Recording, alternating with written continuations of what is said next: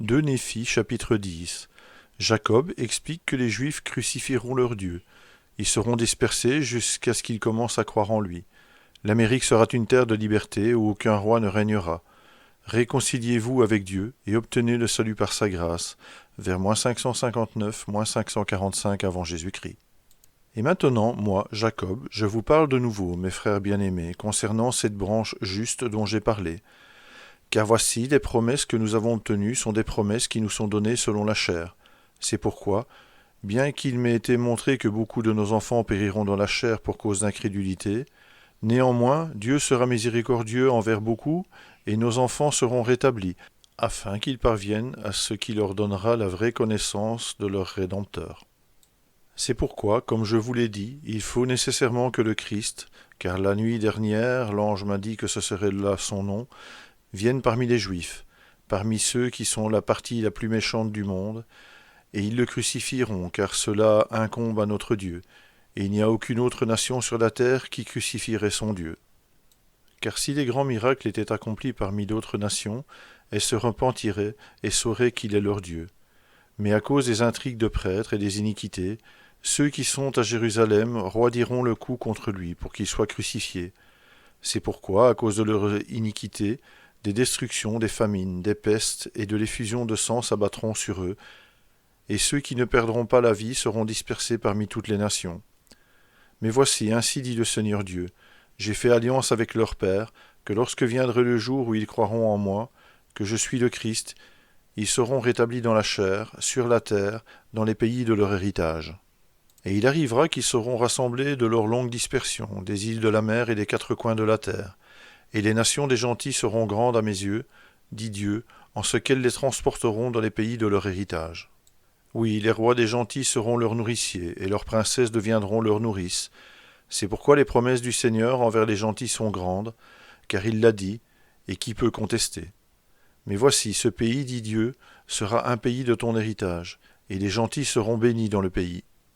Et ce pays sera un pays de liberté pour les gentils, et il n'y aura pas, dans le pays, de rois qui seront suscités pour les gentils.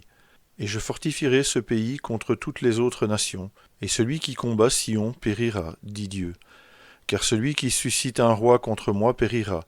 Car moi, le Seigneur, le roi du ciel, je serai leur roi, et je serai à jamais une lumière pour ceux qui écoutent mes paroles. C'est pourquoi, afin que s'accomplissent les alliances que j'ai faites avec les enfants des hommes, que je réaliserai pour eux pendant qu'ils sont dans la chair, je dois nécessairement détruire les œuvres secrètes des ténèbres, et des meurtres et des abominations.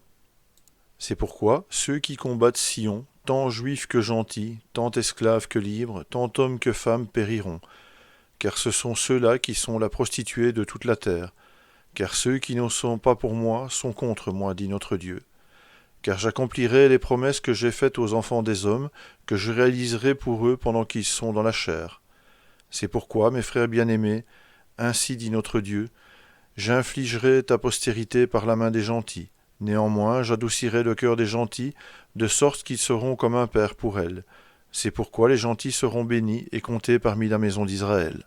C'est pourquoi je consacrerai à jamais ce pays à ta postérité, et à ceux qui seront comptés parmi ta postérité, comme pays de leur héritage. Car, me dit Dieu, c'est un pays préférable à tous les autres pays. C'est pourquoi je veux que tous les hommes qui y demeurent m'adorent, dit Dieu. Et maintenant, mes frères bien-aimés, étant donné que notre Dieu miséricordieux nous a donné une si grande connaissance à ce sujet, souvenons-nous de lui et dénonçons nos péchés, et ne gardons pas la tête basse, car nous ne sommes pas rejetés. Néanmoins, nous avons été chassés du pays de notre héritage, mais nous avons été conduits dans un pays meilleur, car le Seigneur a fait de la mer notre sentier, et nous sommes dans une île de la mer. Mais grandes sont les promesses du Seigneur à ceux qui sont dans les îles de la mer. C'est pourquoi, puisqu'il est dit île, il doit nécessairement y en avoir plus que celles-ci, et sont habitées aussi par nos frères. Car voici le Seigneur Dieu en a emmené de temps en temps de la maison d'Israël, selon sa volonté et son plaisir. Et maintenant voici, le Seigneur se souvient de tous ceux qui ont été coupés. C'est pourquoi il se souvient aussi de nous. C'est pourquoi que votre cœur prenne courage, et souvenez-vous que vous êtes libre d'agir par vous-même, de choisir le chemin de la mort éternelle ou le chemin de la vie éternelle. C'est pourquoi, mes frères bien-aimés, réconciliez-vous avec la volonté de Dieu, et non avec la volonté du diable et de la chair. Et souvenez-vous, lorsque vous serez réconciliés avec Dieu, que ce n'est que dans et par la grâce de Dieu que vous êtes sauvés. C'est pourquoi, puisse Dieu vous relever de la mort par le pouvoir de la résurrection, et aussi de la mort éternelle par le pouvoir de l'expiation, afin que vous soyez reçus dans le royaume éternel de Dieu, afin que vous le louiez par la grâce divine. Amen.